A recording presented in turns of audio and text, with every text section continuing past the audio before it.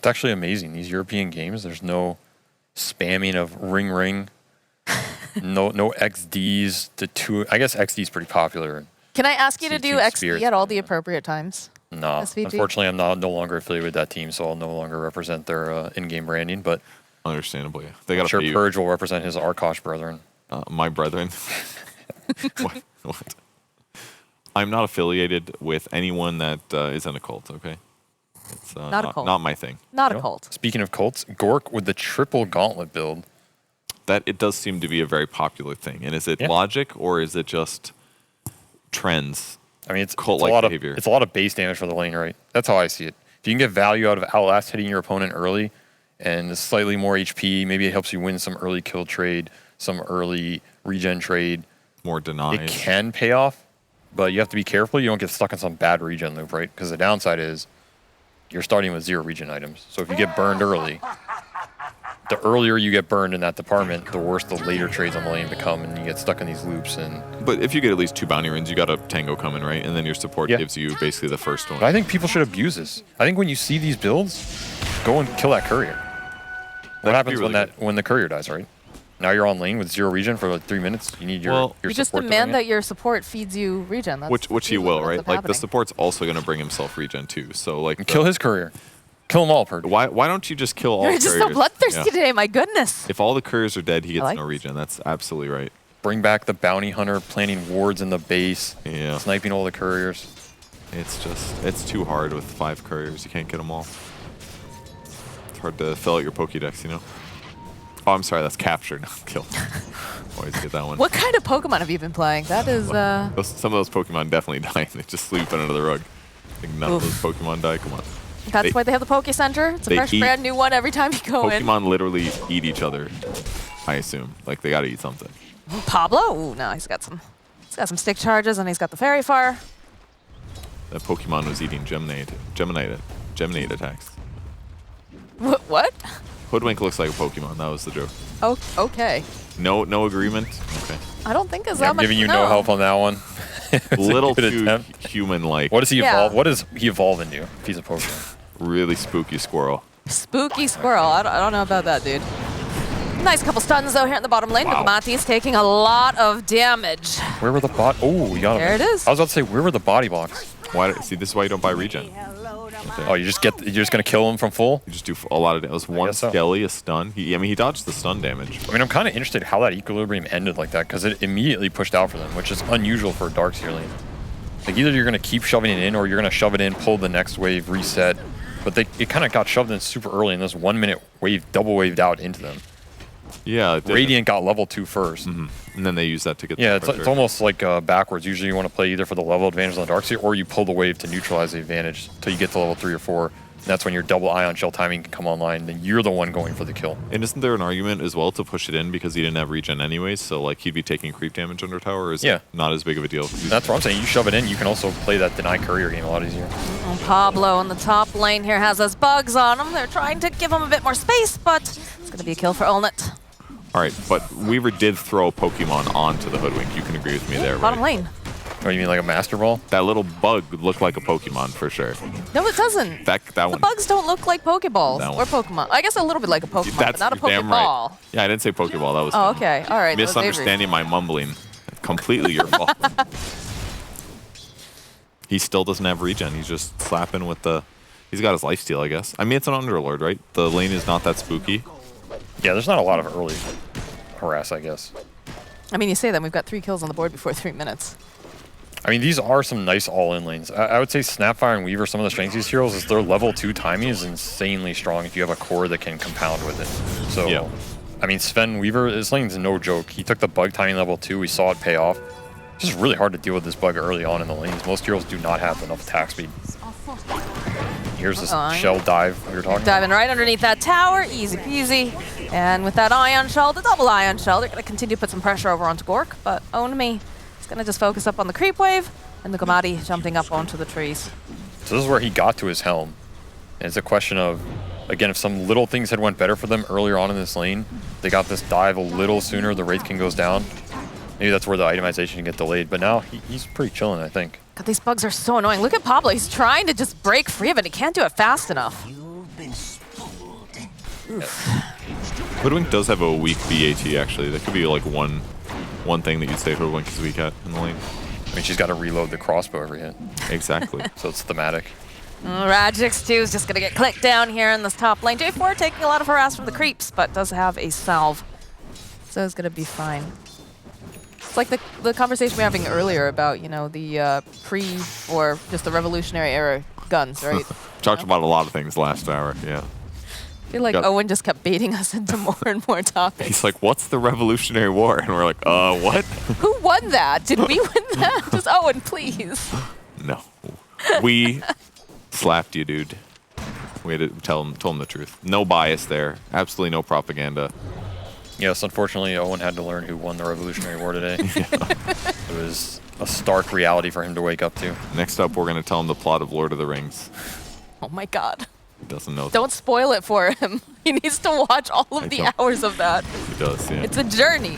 Bottom lane, Gork will get the kill on the Gamadi, but it's going to be a dead Gork immediately after. And Ison now being chased down by Onmi. It's not looking good for the Snapfire, so it's a double kill here for Onmi. Get that suicide. And he's going to suicide. There we go. Oh, those powerful punches. There's nothing better than Darkseer when you get double solo XP into the full resource renewal deny, suicide to the tower.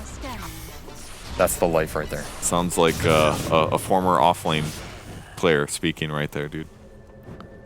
That was the 10 Pasha days? Yeah, the 10 Pasha, 10 Pasha offlane days. Yeah, whatever happened to him? No, that's 9 Pasha. He's 10 Pasha. I know, that's the joke. Oh, okay. That's the joke. Oh yeah, my bad. I understand now. My error. You know, it's interesting because we're having just so much skirmishing back and forth. Both of these teams came to fight today. They got that bloodthirsty attitude. Giving us a show. Boundless connecting over onto Gork here. There's just too much damage. So that'll be a dead Wraith King. And they're even throwing out the tips now. They're getting sassy. That value point Jingu mastery. Yeah, it's good. I like it. Nice save here from Pablo, buying a little bit more time, but Mastermind, of course. He's got a haste rune, and he's gonna be able to get a kill. Pablo. Bottom lane, again, they're just jumping on the Snapfire. These ion shells just hurt way too much. Yeah, you can't stay down here alone. They either need to come, both of them, to the lane with full resources, play together, play defensively against these dives, or double shell, you just run around the tower, don't even have to draw aggro. You're gonna get melted. Do you think this is one of those circumstances where if you don't scrim that often as a team that you have coordination issues? Yeah, I think so for sure. Like these side lane dynamics take a time to build up. They're not as straightforward as you just go in a game, you play against something you've never seen before, and you're both going to be on the same page. And if you mess up some of these little things versus even a team that maybe they're not some super masterful team at every sort of lane combination, but they're playing something they're comfortable and confident with, which could be the case here in terms of a Darkseer lane dynamic, you might just get rolled. They're going to teleport people down, but it's going to be too late. It's going to be the reincarnation coming off the zip forward, though, from Excalibur, hoping to try to punish them. Kill on Owned Me. That doesn't feel too bad for Gork, but I know it's going to feel bad in the next, like, 3 minutes when he doesn't have his ulti and he dies again. I mean, I don't even think it was that good for Radiant. I think this move really hurts Excalibur a lot. The fact that he has to bail out his Wraith King, and his Wraith King lost his ult anyway. Oh, yeah. This feels so bad here if Excalibur dies, and it's looking like he's gonna.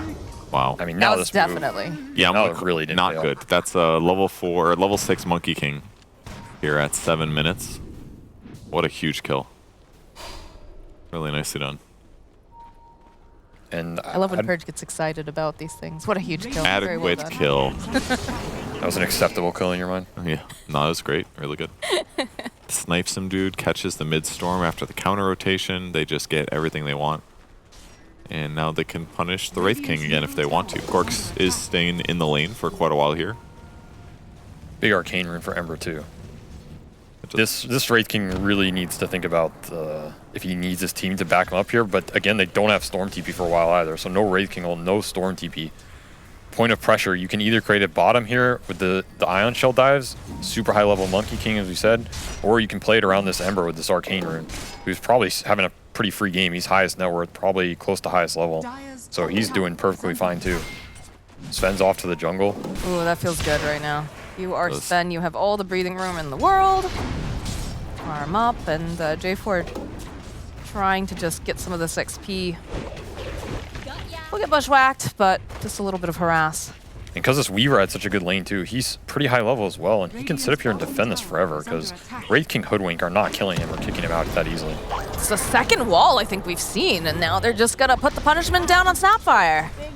It's very worth it to do those kills because then the support's off the map. He's gonna have to TP back to lane if he wants to defend it, or he's just gone. And now they get an undefended tower. And yeah, they are gonna go defend this, rotating their off lane for this. It's gonna mean that them pressuring their enemies off lane is much, much harder. But no free tower for Ghost Frogs, at least. I mean, should they have done this earlier? It feels like the Wraith King and the Snapfire just had the most dreadful time in this lane. Should they have made a rotation earlier? Or, because, you know, like you said, Excalibur, he's kind of got to stay here in this mid lane. He's got to farm up. He's falling behind otherwise. It's just really expensive for Storm to go down there. I mean, we saw it once. It took all his mana, and then if you're down here, you get a kill, you use all your resources. If you TP'd, you have to walk back to Fountain to heal, then you have to walk out of Fountain to a lane. It's not really that good of a net worth lead for him. It helps the Wraith King a little, but then what happens afterwards, right? Does it help Wraith King stay in this area? Does it help him stay in the lane? Not really. So it's not really progressing the game for them. It's just kind of stalling the bleeding. And this is, in my opinion, it is a draft consideration of, do they have heroes that can alleviate the early pressure from this Darkseer? And they don't really. So Underlord can go down here with an early hood. He's pretty tanky, can be hard to dive, but I don't think you want to overreact to this situation. You want to keep farming up, try and hit your timing, and then find a way to apply pressure on your own. Use this Storm to kill the Weaver top, make some play on this Ember mid if you think there's potential, but honestly, he's probably immortal for the early game. So you kind of just have to get your support ults here, chill out a bit, try and stall the bleeding. But Ghost Frogs, they had a pretty good early game. They're starting to accelerate. They don't need these towers to go down that early. Like this Darkseer, he can just get super farmed. Sven's super happy just farming his side of the map. Like we said, this Weaver isn't getting kicked out. They're getting a pretty big net worth lead, even though it kind of seems like nothing's happening. I think the status quo really favors them at the moment. I think every time that they make these stacks, rolling it to go and attack as well definitely helps out. Mastermind, it's just, he's so elusive. They don't really have very good lockdown at this time. So he's allowed to just do whatever he likes. I mean, Wraith King ult is back up, so maybe you can use this early armlet Wraith King in combination with Storm to make a play on one of these side lanes. And they do have the 2 support 6s, so that's a huge increase in damage. You want to use the Snap ult, you want to use this Hoodwink ult, make something happen, because again, the rate this game is going is not really favoring you right now. Yeah, they're getting slightly behind. In terms of like Wraith builds, seems like the common one to do right now is like an Armlet Deso, but could there be an argument made where he gets a faster blink this game just so he can rotate to the side fights a little easier? I think it's just going to be too little too late. I also think once the mid-game fights come around, he just needs to be able to output as much damage on a follow-up as he can. And blinking into these heroes is pretty scary in my opinion. Because you're kind of auto-clumping the fight. When you blink in and go on someone, your team has to come in with you, and you're giving this Darkseer, Ember, and Sven full vision, right? Yeah, so and then your team has to overextend just to get there in time, basically. So basically, like, who are you jumping? It's pretty much you're going to see this Ember. He's the target you're going to be able to jump. Can you burst him off that jump? If they're confident that can happen, then it can pay off. But in theory, it should come from this Storm and the Orchid, right? So we'll see what happens. Oh, they're going to go for the dive here on Pablo, but not going to be able to quite finish him off. Dire's top tower is under attack. Man, he just feels so in the bottom pressured. lane, trying to find new commodity, not going to be able to quite find. They drop the wall. They've got those Snapfire kisses, but they just don't seem to care too much over here. On the side of the Dire, Mastermind, Cookie Hop from Radix will stun up Mastermind. Thumb down just a little bit. They want Excalibur, though. Can they get there is the question. Everybody's trying very hard. Look at him. The teleports are coming out, though. They want to try to protect him. There's going to be the Remnant forward, the Bold Lightning forward, though, too. Pablo's got the Ember Spirit held in the tree. They'll find a kill on Mastermind. But, oh, new commodity lands a boundless. Not quite enough damage, though. So a good rotation here from the Hoodwink. No, someone's about to get stunned. It's flying. Man, it looks like a comet. It's going to cancel his bottle. Oh, it got disjointed. Less cool. Monkey King goes down too. That's crazy to me because Storm, he overextends, uses all his resources, gets almost nothing out of that play, uses a double damage, 0 kills, and then somehow in the back and they end up getting the Ember and the Monkey, and Gork is to take a free tower top. So that move worked out for them, but in a very weird way. I think just honestly misplay by Ghost Frogs. They got baited by this Storm. They really wanted this kill, but in reality, just let him walk back to base, right? It's already a huge amount of time wasted for him. Just kill the Underlord on the tower, snowball the game. They found themselves Mastermind, and there's plenty of heroes here to lock him into place. So they will be able to kill the Ember that, until earlier, we were thinking was pretty survivable. Yeah, the Pit of Malice is just perfect against Spirit or Evasive type heroes because it's a lot of stun effectively. So stop his jump, do one stun in the middle like an Atos or a stun from an ally, and they get easy burst damage. So Storm is going for the Kaya Sage instead of the Orchid. How do you feel about it? I think it's okay. I still feel like he needs to hit some BKB timing. I haven't seen a lot of Storms going... I mean, nobody goes Bloodstone anymore. So I guess you can go Kaya Sage into a BKB or something like this, but I guess he just felt like he wasn't having a good enough game where he can snowball off Orchid, which is probably the case. And this Darkseer already has an Ags. I was about to say, it's like Yes. 5 minutes earlier than average or He something is to that effect. jacked, so... This is... This is go timing. I want to see a smoke to mid, shell up your Ember, shell up your Sven if he wants to join the fight, which he could be really close to Blink even.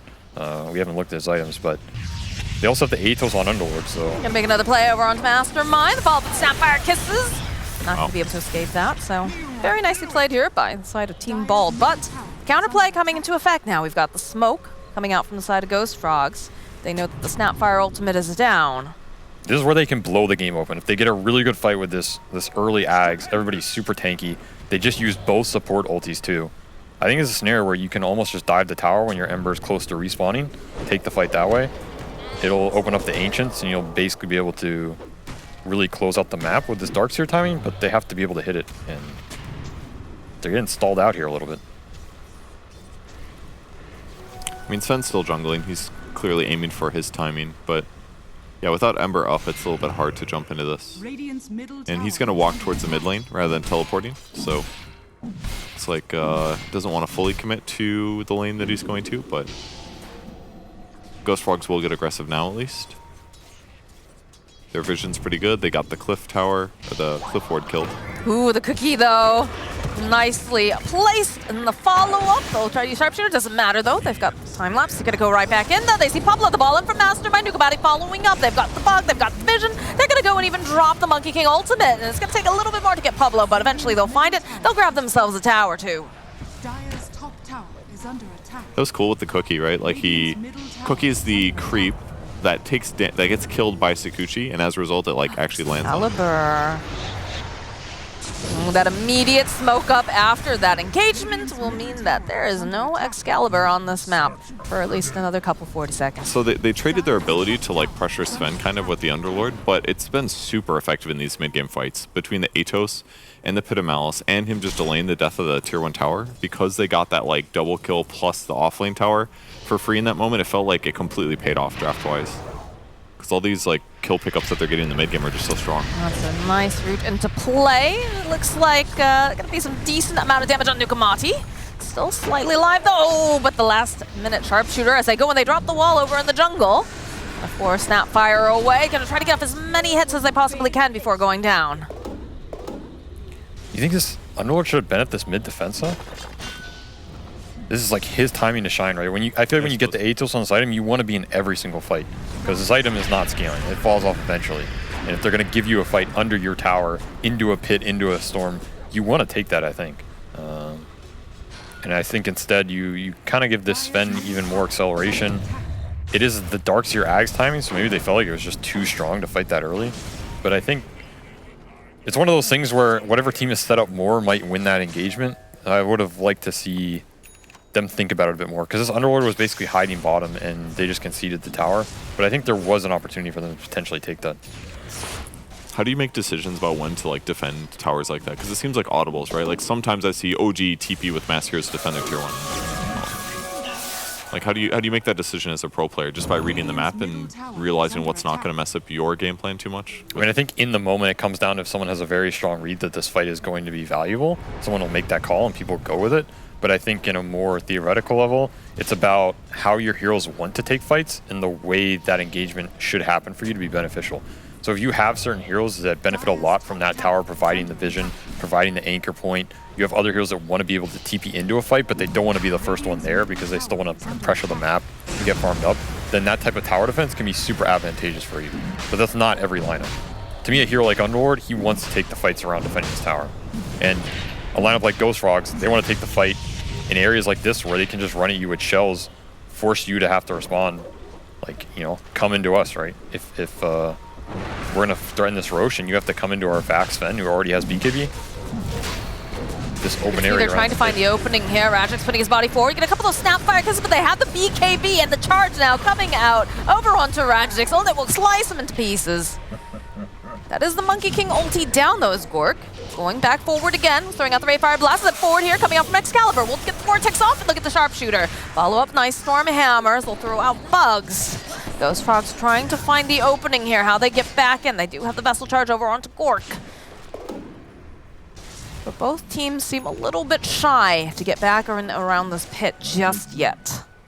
This is not an easy Roche to just do versus team in terms of Hoodwink can throw his spells in, Snap can throw his spells in.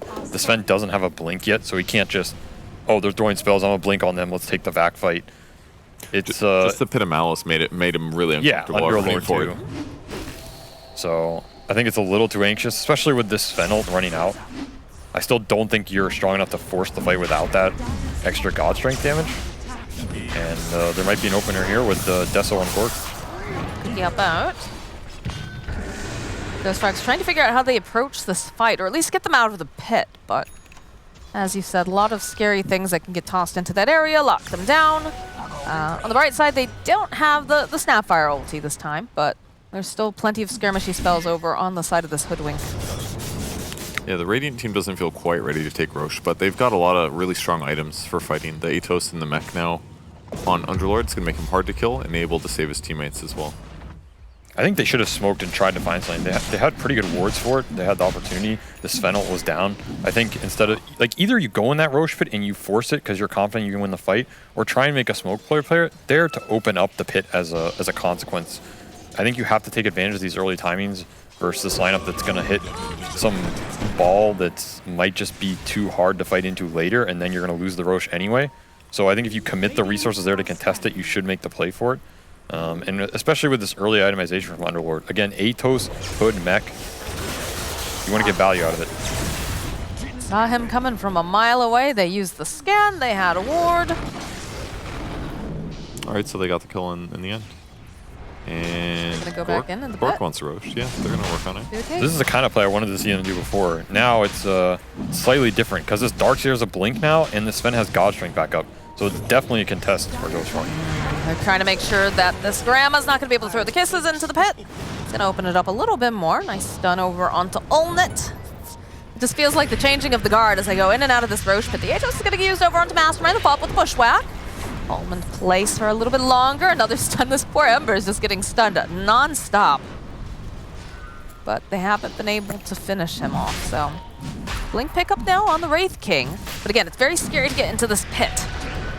So another Pit of Malice gets dropped. I think just jump him. If you're confident in this double blink timing, you have the God Strength, go. There it is. There's the jump forward, the wall, the hammer, the head's coming out. They'll be able to take down Excalibur. They'll find Rajix. And they will show that they're not afraid to jump right into this area, as Ghost Frogs will go right into the pit afterwards.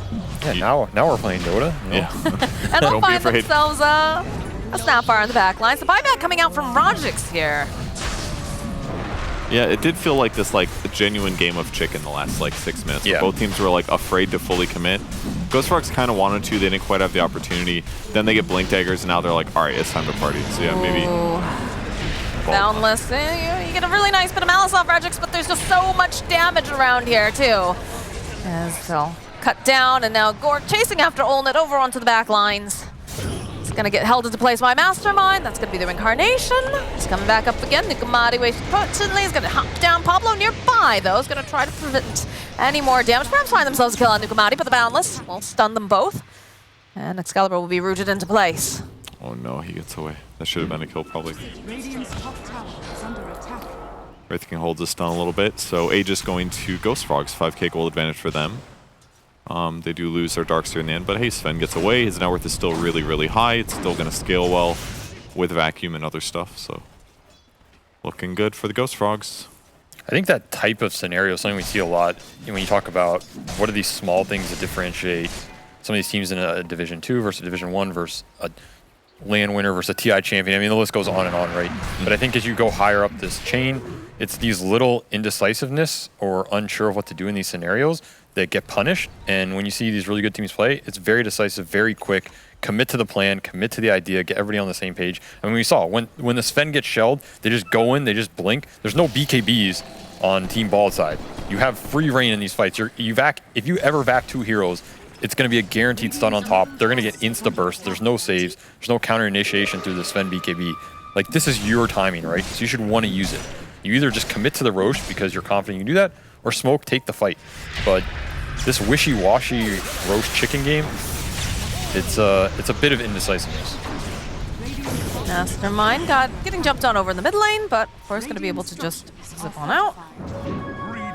But no, I definitely agree. When you're watching like the upper division, it feels like they move very quickly as a unified team. They just, there's no moments of hesitation. There's no like kind of dodging back and forth. It's in or you're out. And honestly, I feel like in the past, Team Bald used to be a bit better about this. I'm not sure if it's because, they mentioned that Radrix has been standing in while he was busy or what, but they definitely feel a little bit more discombobulated than usual. Is under attack. And they did go for that blink like you were talking about. So this is the time where if you want to get on the same page, you need to make sure that this item pays off, but they're doing it into an Aegis timer, right? So now he's 5 minutes of, do I want to just blink in and take a fight? There's no way. I mean, would you change his item if he knew there's an Aegis? Like, you still got the blink though, right? Yeah, I'm not sure the exact time he picked it up. It could have been during those Roche shenanigans. Because now you're just going to lose the map during this Aegis. There's no way you can take a fight into this, especially without the Storm BKB. Because you just likely lose the fight, so you just dodge, right? Yeah. But dodging usually means you're going to get out-farmed for those 3 to 4 minutes that the Aegis is preventing you from fighting. And depending on how much you can extract from the map, that next fight might not actually be any easier. This is definitely not the plan that Team Bald had from their interview. They were saying they wanted to, win their lane, snowball early, and it just feels like they've been on the back foot for a while now. Yeah, I don't think the laning phase went their way. No, I think when you win laning phase with a Darkseer tri-core lineup like this, it's pretty scary. Okay, this could be potentially very, very good for them. Pick off a kill, get J4. It's not a core, but, there's one less hero on the map. Nikomati finishing up a Rod of Atos, though. Oh, gosh. There's so much control. Open up the Stormhammer, they go for the God Strength, bit of Malice, buys just a little bit more time, but with a Darkseer, you just drag them right back in with the vacuum. There's the Atos, and there goes Radrix. Decent amount of resources to get the kill, but look at the gold he gets. Like 372 for Darkseer is going to be great. And that's their best lane pusher on the team. Yeah, I mean, if this Underlord goes down, I think when we saw the pickup on the Weaver, for example, I think that's where their heroes can excel in this period. Combine your supports with the Storm or the Wraith King to find these 2 or 3 man pickoffs by splitting up the map. But it's a question of how do you force Dire team to split up? Who's going to shove the lanes in? Are you going to play around these deep wards? Who's going to create threat and be able to skirt that line and survive so that you can get these pickoffs on your vision? You can play the 2 or 3 man kill squad game. You need someone to be able to do that. And if it's the Wraith King and Underlord and they're dead. Ooh, that is a completed Silver Edge on Sven, so he's going to be able to hit right back over onto Gork. Nikomati, ooh, it's a good knockout of the tree, so they'll stun up the Monkey King. He won't be able to set up anything further, but they will allow Olnit to get out thanks to his sacrifice. And we're starting to see those BKBs coming out in mass now, right? We've got the one on the Wraith King, just the one on the Ember Spirit.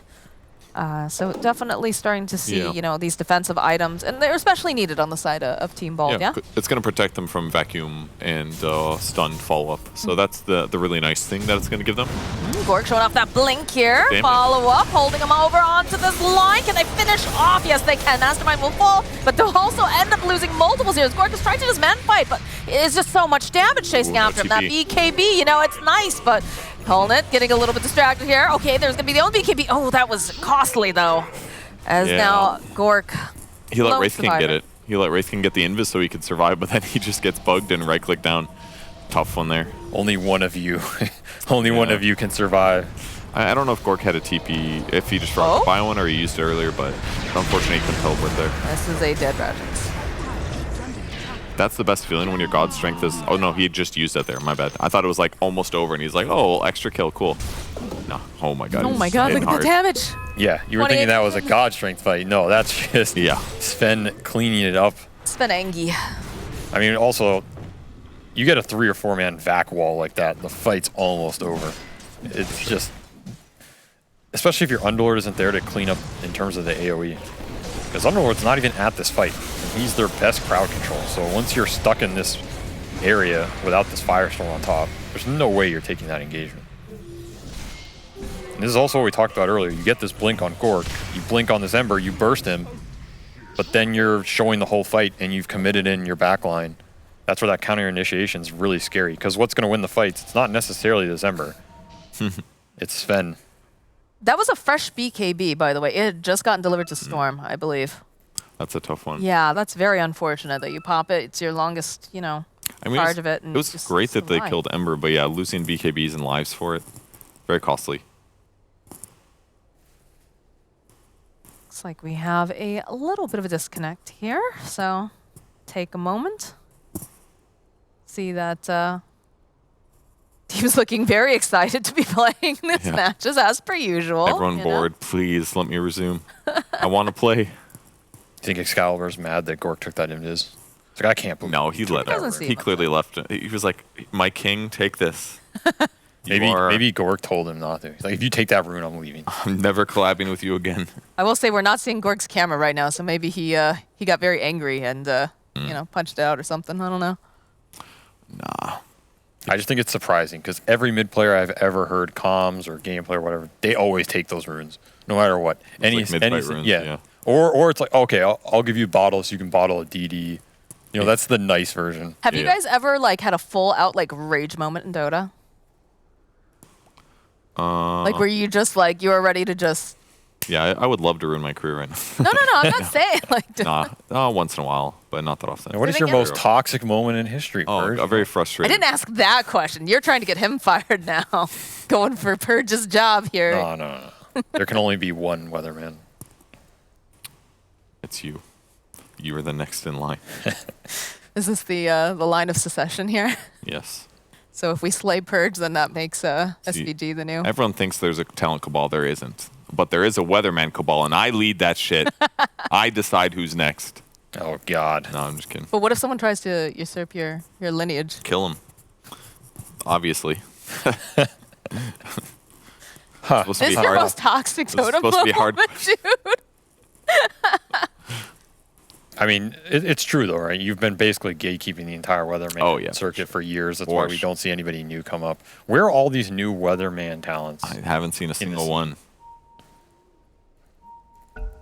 You mean like you haven't watched them? I mean, we haven't seen a single one. That doesn't mean you haven't, right? Ooh. He was so ready for that jump. Got right in there. They're all ready for the jump. All right, that would have hit if he didn't BKB. Okay. This is true. It would have if he didn't BKB, but he goes back in the vortex, so he's still going to die anyways. Just going to go over to the Snapfire. Why did he go back in? Ember? Yeah. I think he was committed during the pause, is what it was. No, at that last, he had like full mana and remnants and everything. Oh, did he? Oh. Yeah. Maybe he thought his team was going to be there. Maybe he felt bad because he felt like the pause should have killed him if there wasn't a pause. He was like, all right, I'll even it out. But full ags on this Weaver, that makes it even tougher. Because I think Team Bald's way to win a fight is if you can jump a high priority target, either the Darkseer or the Sven, and burst them. That's where this Hoodwink ags and all this single target burst damage excels. Yeah. That guy gets Weaver ags. Fight's over. Outside of Underlord, yeah, their disable is a little bit limited. Like, they need to use all 3 to kill one of these tanky guys. It's like, the Wraith King's got pretty good net worth, and he's probably going to get the cleave count, but it's just not the same as the speed that Sven's going to farm. Well, that and Sven's now got himself a full Satanic. It's going to be very difficult for them to get the kill. Although they'll find Nukamati instead. That's a nice little pick off here for Excalibur. But like you said, you know, having the Weaver Ags online, having a Satanic, having the BKB, like, I'm not sure how, like, he's got to be so out of position, right, for Team Ball to be able to get this kill. I mean, the way you win the fight is you have enough survivability that you can stall out Sven's BKB, and then Storm and the supports can engage. Okay. You can't commit too much of your early burst damage on another target, because I think Sven, he has to get kited and then dealt with for a lot of their damage to go down. if he gets the jump, for example, which he's looking for, it's pretty spiky. Gork finding the jump first, though. The jump. Oh, look at the damage coming out. They'll already take out J4. Though, trying to man fight here against Gork. And he's got the ability to just heal right back up again. The Lotus Orb getting placed down. Excalibur, though, he gets stunned. Mastermind looking for the final hit. Still going to go over to Ulnit, but they follow up with that vacuum and the wall coming out from Darkseer. Dark, they try to save him. They try to feed him the cookie, and they can't do it fast enough, unfortunately, as now Radix is left behind. That's a double kill now for the Sven. Pablo hiding over here in the tree line, praying nobody can find him, but they have the vision. That's a triple kill now. And Roche responds just in time. Merry Christmas. Hello. Perfect present. Mr. Gaben giving you a present. Yeah, pretty much.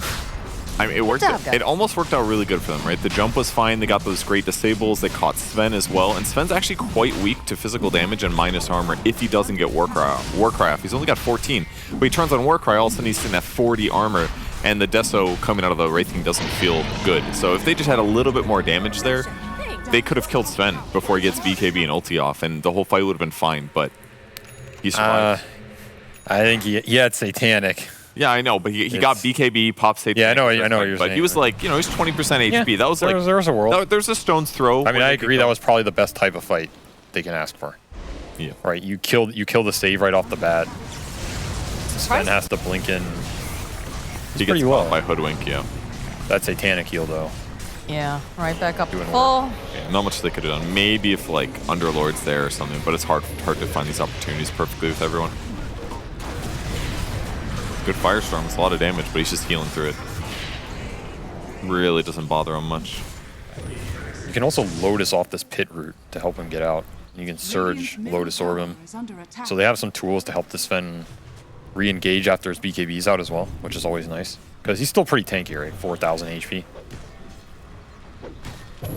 Gotta get that fire burn % damage going. Yeah, that's a good one. Firestorm, very good skill. He went Armor Talent and then Root AoE for talents, so pretty normal stuff so far. Fresh orb now completed for Sven. Double the trouble, double the fun. Oh, look, he wanted that. He wanted the snap, fire the boundless, connects. There's the Atos, the 4-staff forward though, cookie hop, so it's enough to buy a bit more time here. Radiant structures are fortified. It's just easiest for Sven to play front right now. Super tanky. Basically got 3 lives with the Satanic. So he'll just kill buildings now. He'll control the map really well with this. You can refresh it too. That give him 4 lives. Did he finish the refresher? Yeah, it's in his backpack. He doesn't even need it yet. Just gonna sub it in after he dies once, you know. Yeah. J4 throwing out the bugs, a little bit off the mark with the boundless. BKB comes out from Gork. So he's going to be able to teleport away to safety. I think he could have maybe killed him there. I don't know. It It would have been hairy, though. That's a close one. That was like a 4-second bug. He pops God Strength, jumps in, gives him the slap. I think if Sven was hitting him right as he TP'd, you can kill him, but Yeah. it was like a second too late. Plus, they don't even have to, right? You just gear up, True. close out the map, or bring him back. You can also just bring him back to base. This Underlord shows, just jump him. Looks like Pablo has already gotten spotted here. Yule's trying to escape, but the follow-up from Ulnit is already in place. Just waits patiently, needs one more hit. They'll vacuum him back in, and it's going to be J4 who gets that kill. Scurry and Viz pretty nice against the bugs there, but unfortunately took too long to get them removed. You should get the shard. Reveal him. Yeah, he can never Value. Mastermind's items, very defensive basically, no Maelstrom here. But I mean, he'll do damage just by staying alive. it's true. I think it's actually a decent way for him. Like, his job is to frontline, make them jump him. That helps the Weaver get an easy ag save off. It helps the Sven and Darkseer get good jumps in terms of their getting on the back line, getting a good vacuum. So I actually like the conceptual idea of just tanking up, staying alive. They're going to clean up the fights after BKBs are down anyway if they're all alive, just the nature of Darkseer Ion Shells, until Wraith King and Storm are like super 5 slotted or something, which is a long way off. So Yeah, that makes sense. Like, just stay alive till BKBs are over, and then you just keep slight chaining Storm and Wraith King, and then the fight's easy. yeah. Here's the AC finished for Gork. This is certainly going to help a lot against the Sven, offsetting some of the damage. Increasing his as well. Definitely necessary. Nukamati, though, You do doing get some the scouting. AC reflected, though. That's true. It's unfortunate. You can see the way the Ghost Frogs are collapsing. They'll start off with the Atos, and they'll start chain stunning up this Wraith King. Big damage, though, immediately, but the follow-up here from Olnet should be able to finish off Gork, the first life at least. And that's a nice pick-off, though, on Nukamati. He's not going to be able to be a part of this fight, but Gork, now he's separated from the rest of his team, and he's got to get out of there fast, so uses that BKB, has the cookie hop out, and he'll escape. Radiant's top tower I think is under you're attack. not happy that you had to use your BKB that way, but I think you're happy you got a kill off of this and you push them off your area. But I don't know how you push them out again, I guess is my next issue. God strength is down at least, so like they could potentially go out if they want, but it's dangerous. What do you do when you're behind in these points, Avery? Like, they got Aegis, they have net worth advantage. Obviously, pushing out side lanes, looking for solo pickoffs is great, but you just have to like wait and fish. Usually you just discuss who's to blame for the situation. Oh yeah. And which most of the time is the captain. You blame the draft, you blame the leadership. Then usually somebody just messed up in the game, so it's like, oh, you guys lost this lane, I don't want to play anymore. But if you want to come up with a real plan, I think some of the cool things you can do are, I personally don't like these 5-man smokes if you don't have an idea of why you're going to be able to catch someone somewhere. So I think something interesting that I've seen, for example, Puppy do sometimes, is he will oftentimes smoke out a base towards a power rune spawn. Because it's not something that Dire might expect everybody to be there, right? So yeah, they're like a lot of times this carry or mid will just go to one of these power runes that spawns at, for example, 38 or whatever, and he's just going there alone because his whole team isn't going to go with him in the power rune. And if you smoke there playing an op, you might get a jump on a really good target in a way that they don't expect. So I think some small things like that increase your chance to come back a lot, but they're definitely not easy. This is a game where you have to wait for some really good either item alignment that allows you to fight outside your base, or you have to take that fight base and abuse buybacks to eventually get to a point where, all right, you use some support buybacks, get the numbers advantage, and your Wraith King or Storm survive, and then they can get catapulted up to net worth. That's your main comeback mechanics. But again, if those don't work, you just blame the draft. I heard that you give very good inspirational speeches, dude. I think you're the one who told me that you give great inspirational speeches. What is your don't say that. That makes you sound, egotistical or something. I mean, not in these situations. It's hard to... Saying that this is an uninspirational moment, like you just can't scrape together. I think you can, but it's difficult. The jump. They get Nukamati, so that's a silver lining here. I mean, that's the inspirational speech, Hey, we got a numbers advantage. Let's make a move. Aegis is out. I think there's nothing wrong with that. You're looking on the positive side of things. The best inspirational speech in a game is team wiping the enemy. You heard it That's here not a first. speech. It's a speech That's an of action. That's what that makes no sense. Oh, Olnet finding the opening over on Gork. Does have that reincarnation up, of course, but it's a lot of damage to Cookie up forward. Will stun up over onto the Sven. They've got the Lotus Orb. It goes right back in thanks to that Weaver. And they're just cutting away. Excalibur over onto the back lines. They're separated. And the Snapfire Kisses, it doesn't seem like they're doing much of anything. As they go, they drop the wall. They've already lost Snapfire. They're going to lose Gork too. And the rest of the team, they still have their hands on Excalibur. Oh, dear. That fight is just like a reality of the net worth situation where it's like, it wasn't like the best jump from Ghost Frogs, but Sven is just so far ahead in terms of Wraith King's HP that it's just tough to fight. The Eels was awesome. Cookie, very unfortunate to go that way instead towards his team, but then you see the time lapse and the fight's just completely over. And so I love like doing that much damage to like a mobile hero with a BKB like Storm. You just slap him once or twice and he's down to half HP. Now so he's like, all right, my fight's over. Like I can't stick around. And we also saw the, how would you rate that Uber ride, Purge, if you were in that Uber? I haven't seen a single Uber yet. I see the black pixels across the screen, and could he save his 5 or something? He tried to save his Wraith King, but his Wraith King was still respawning in ult, so missed it. Oh, I didn't see that. That's very sad. Very unfortunate. But yeah, Sven, he's just too beefy. We saw the Weaver. Oh, the vacuum back, and they've got so much damage. So that Snapfire Gork, though, trying to man fight over here on the side, but again, he's just no match for this Weaver having that ultimate up, so Mastermind chasing back, Radix just ticks down. They're diving pretty hard here on the side of Ghost Frogs. Will be the buyback from Radix. Again, the reincarnation getting popped on Wraith King. Even a flicker on this Sven, so he gets an extra dispel kind of disjoint. Yeah. You're not kiting him at this point. It's gonna hit to another going top. Okay, yeah, going top. They don't have that much time. I think this game is just about, it's a lot of the early game little stuff. I mean, we talked about the strength of both lineups, but if you fall behind versus impending Darkseer timing, you need to either have insane interactions in that mid game that can pull you back, or I think they had a window where they could have taken a really good flank fight around that roast chicken stuff that we were seeing. But if you miss those kind of timings and this Sven just gets to hit his blink, hit his BKB, Darkseer hits his blink, we saw the one jump into the fight. Feels like you just can't get the map back after that. Yeah, I mean, they had pretty good single target damage. Like, they could have hypothetically done like a smoke gank with like Snap, Hoodwink past 6 with the core to go to tri-camp and gank him, but didn't happen on the map. I mean, that was also a product of Storm game was pretty slow, right? Because he has to go bottom multiple times. That's true. Yeah. And it hurts his game a lot. Then he's not as high resources or level, so making that triangle smoke gets delayed. Oh, the jumping forward. They were smoked up, and he just does not care. Oh my god, he just slices through everyone. Finding Radix, he's not going to be able to get out. Oh no, he's not now. Gorky pops the BKB, he's got the cookie. They had to buy back on the Snapfire to try and protect him. The follow-up, though, the root into place is if, though, coming up from Excalibur. They're going to try to slow him down. They've got a lot of Snapfire kisses, but just not going to be enough. Again, this Weaver having so much net worth, having that Axe just makes such a big difference. I don't know, guys. This is looking like it's curtains for Team Bald.